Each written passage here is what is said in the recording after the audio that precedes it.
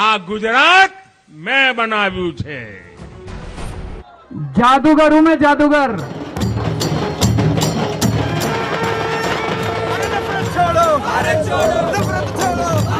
वैसे आपको क्या लगता है, इस बार भारतीय जनता पार्टी गुजरात में सरकार बना पाएगी? आम आदमी पार्टी और भारतीय राष्ट्रीय कांग्रेस में इन दिनों सौतनों की तरह लड़ाई चल रही. गुजरात चुनाव में आम आदमी पार्टी नई नवेली दुल्हन की तरह है. हालांकि गुजरात में भाजपा की स्थिति अभी काफी मजबूत नजर आ रही है. नमस्कार दोस्तों, महात्मा गांधी और सरदार पटेल की जन्मभूमि गुजरात में इन दिनों सियासी पारा चढ़ा हुआ है. कारण है 2022 का विधानसभा चुनाव. बात करें गुजरात की तो 1960 में बंबई से भाषाई राज्य के रूप में अलग हुए गुजरात की सियासी राजनीति काफी दिलचस्प रही है. 1960 से 1975 के बीच गुजरात में कांग्रेस का एक छत्र राज रहा. उसके बाद प्रदेश में काफी सियासी उठापटक का दौर चलता रहा. इसके बाद हम देखते हैं कि 1995 से लेकर के अभी तक 27 सालों से लगातार भारतीय जनता पार्टी की सरकार चली आ रही है. यानी कि गुजरात की जनता जिस भी राजनीतिक दल पे भरोसा जमा लेती है उसे लंबे समय तक मौका देती है.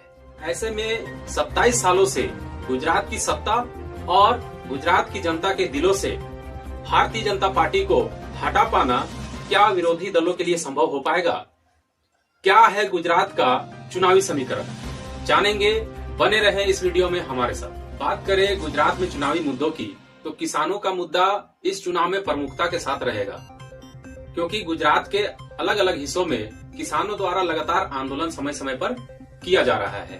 कारण है पिछले 2 सालों से राज्य में अधिक बारिश हुई है, जिस वजह से किसानों की फसल बर्बाद हुई है और उसके एवज में मिलने वाले मुआवजा जो है वो किसानों को अभी तक मिला नहीं है, जिससे गुजरात के किसान वर्ग का एक बड़ा हिस्सा जो है वो सरकार से नाराज चल रहा है. दूसरा प्रमुख मुद्दा बिजली का है.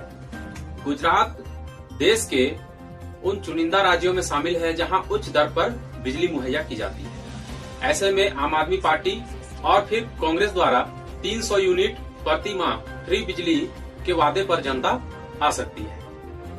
वैसे तो आम आदमी पार्टी लगभग हर चुनाव में 300 यूनिट फ्री बिजली का वादा करती है, लेकिन हिमाचल प्रदेश के बाद अब गुजरात चुनाव में भी कांग्रेस 300 यूनिट बिजली फ्री का वादा कर रही है.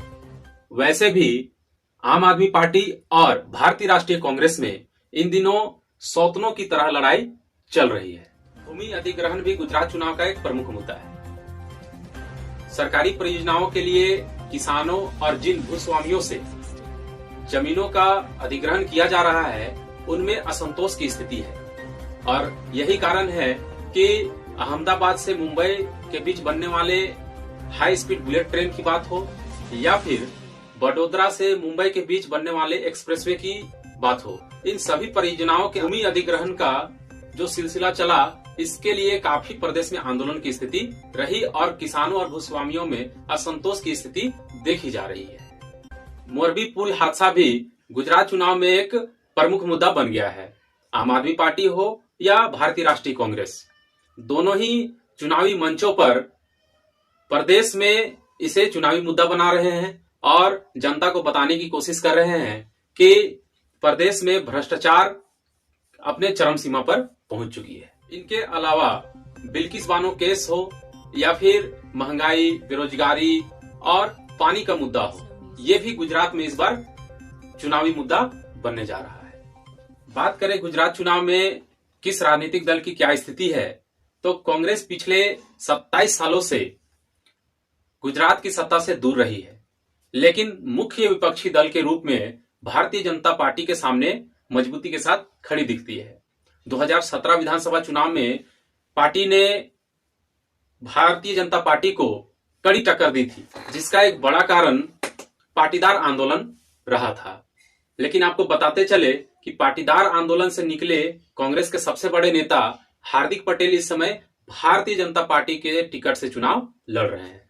फिर भी इतने समय तक एक ही पार्टी की सत्ता में रहने से लोगों का उस राजनीतिक दल से मोह तो भंग हो ही जाता है और लंबे समय तक गुजरात की जनता नरेंद्र मोदी के कारण भाजपा को वोट करती रही है और जब से नरेंद्र मोदी देश के प्रधानमंत्री बने हैं, उसके बाद गुजरात में भाजपा का ग्राफ थोड़ा नीचा जरूर हुआ है। ये 2017 के विधानसभा चुनाव में हमें स्पष्ट रूप से देखने को मिल जाता है, जिसका फायदा सीधे सीधे कांग्रेस को मिलता। लेकिन इस चुनाव में कांग्रेस ज्यादा आक्रामक दिख नहीं रही है, चाहे पार्टी के शीर्ष नेताओं का इस चुनाव से नदारद रहना हो या कांग्रेस की जनसभाओं और रैलियों में उदासीनता की बात हो।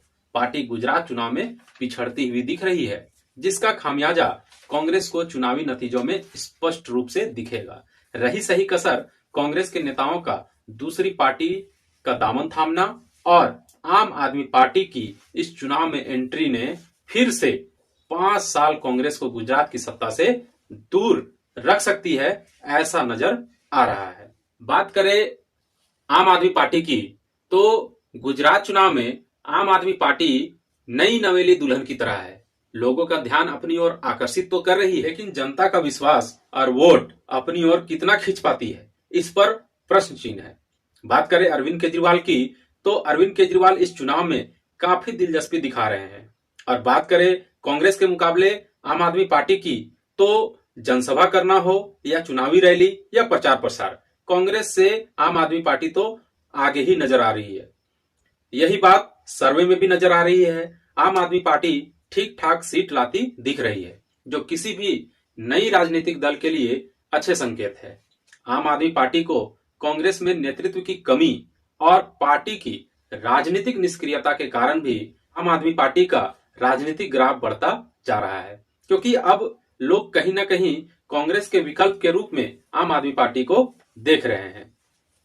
आम आदमी पार्टी 6 लाख नौकरी, फ्री बिजली, फ्री शिक्षा, स्वास्थ्य और लोक लुभावन वादों के साथ लोगों को पूरा प्रयास कर रही है लुभाने की, लेकिन उनके सामने सबसे बड़ी चुनौती नरेंद्र मोदी है। गुजरात नरेंद्र मोदी का गृह राज्य है और गुजरात में नरेंद्र मोदी सबसे बड़े फैक्टर है। लगभग सभी चुनावों में रहते हैं और ऐसे में आम आदमी पार्टी हो या कांग्रेस पार्टी, मोदी फैक्टर को ओवरकम कर पाना ही बाकी पार्टियों के लिए सबसे बड़ी चुनौती है।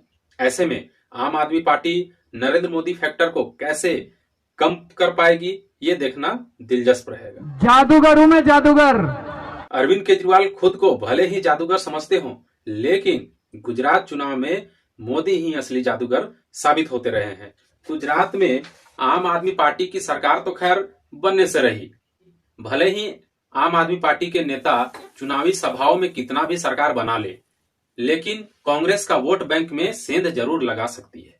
बात करें भारतीय जनता पार्टी की, तो लगातार सत्ता में रहने का और बार बार मुख्यमंत्री बदलने से कार्यकर्ताओं और कोर वोटर्स में कंफ्यूजन की स्थिति जरूर है, लेकिन गुजरात भाजपा का वह मजबूत किला है जिसे भाजपा किसी कीमत में खोना नहीं चाहेगी। साथ ही भाजपा के 2 शीर्ष नेता प्रधानमंत्री नरेंद्र मोदी और गृह मंत्री अमित शाह का गृह राज्य है। ऐसे में गुजरात में पार्टी, शाह और मोदी के लिए सम्मान का चुनाव है, तो भाजपा अपनी पूरी ताकत इस चुनाव में लगाती नजर आ रही है। हालांकि गुजरात में भाजपा की स्थिति अभी काफी मजबूत नजर आ रही है। 2017 के मुकाबले 2022 का चुनाव भाजपा के लिए आसान रहने का संभावना है। कारण बड़ा स्पष्ट है। 2017 के चुनाव में पाटीदार आंदोलन के रूप में भाजपा के सामने एक बड़ी चुनौती थी, जो कि 2022 में ऐसी कोई बड़ी चुनौती या बड़ा आंदोलन जो है वो भाजपा के सामने नजर नहीं आ रही है इस चुनाव में। दूसरा कारण, 2017 और उससे पहले के जितने भी चुनाव हुए उसमें भाजपा और कांग्रेस के बीच सीधी टक्कर होती थी, लेकिन इस चुनाव में आम आदमी पार्टी के आ जाने से अब ये चुनाव जो है वो त्रिकोणीय लड़ाई बन गई है, जिसका सीधा सीधा नुकसान कांग्रेस पार्टी को और सीधा सीधा फायदा भारतीय जनता पार्टी को होने जा रहा है। बाकी रही सही कसर जो है वैसी की पार्टी के इस चुनाव में एंट्री से पूरी हो गई है। यानी कि अब लड़ाई ऐसी हो गई है कि बीजेपी के कट्टर समर्थक तो बीजेपी को ही वोट करेंगे, लेकिन भाजपा विरोधी जो लोग हैं, जो वोटर्स हैं, वो कहीं ना कहीं बढ़ते हुए नजर आएंगे। कुछ कांग्रेस को, तो कुछ आम आदमी पार्टी, तो कुछ ओवैसी के साथ जाते हुए नजर आएंगे, जिसका भाजपा को प्रचंड बहुमत मिलने की पूरी संभावना नजर आ रही है। ये सर्वे में भी आपको देखने को मिल ही रहा होगा। ऐसा भी नहीं है कि भारतीय जनता पार्टी गुजरात में विकास कार्य नहीं किए हैं। गुजरात में भाजपा सरकार के विकास के कार्यों से जनता में एक बड़ा वर्ग है जो बहुत संतुष्ट नजर आता है और यही कारण है कि सभी सर्वे में भाजपा स्पष्ट बहुमत के साथ सरकार बनाती दिख रही है।